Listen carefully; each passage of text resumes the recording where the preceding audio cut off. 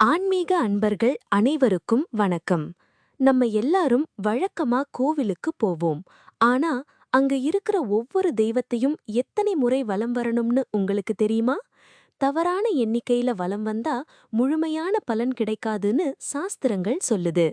இன்னைக்கு இந்த வீடியோவுல எந்தெந்த தெய்வத்தை எத்தனை முறை வலம் வரணுங்கிற மிக முக்கியமான ஆன்மீக ரகசியத்தை தான் பார்க்க போறோம். வீடியோவை ஸ்கிப் பண்ணாம முழுசா பாருங்க. முதல்ல கோவிலை எப்படி வலம் வரணுங்கிற விதியை தெரிஞ்சுப்போம். இறைவனை வலம் வரும்போது எப்பவுமே நம்மோட வலது கை இறைவனை நோக்கியே இருக்கணும். அதாவது நாம இடப்பக்கமா தொடங்கி கடிகார சுற்றுப்பாதையில தான் வலம் வரணும். இதுதான் சரியான முறை. இப்போ எந்த தெய்வத்துக்கு எத்தனை முறைன்னு பாப்போம். விநாயகர் மற்றும் துர்க்கை அம்மன நாம ஒரு முறை வலம் வந்தாலே போதும்.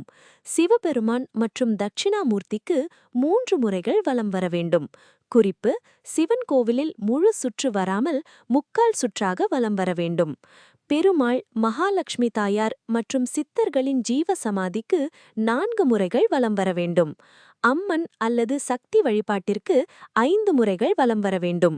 முருகப்பெருமான் மற்றும் சக்கரத்தாழ்வாருக்கு 6 முறைகள் வலம் வருவது விசேஷம். அதுவே அரச மரத்தடி விநாயகராக இருந்தால் அவருக்கு 7 முறைகள் வலம் வர வேண்டும்.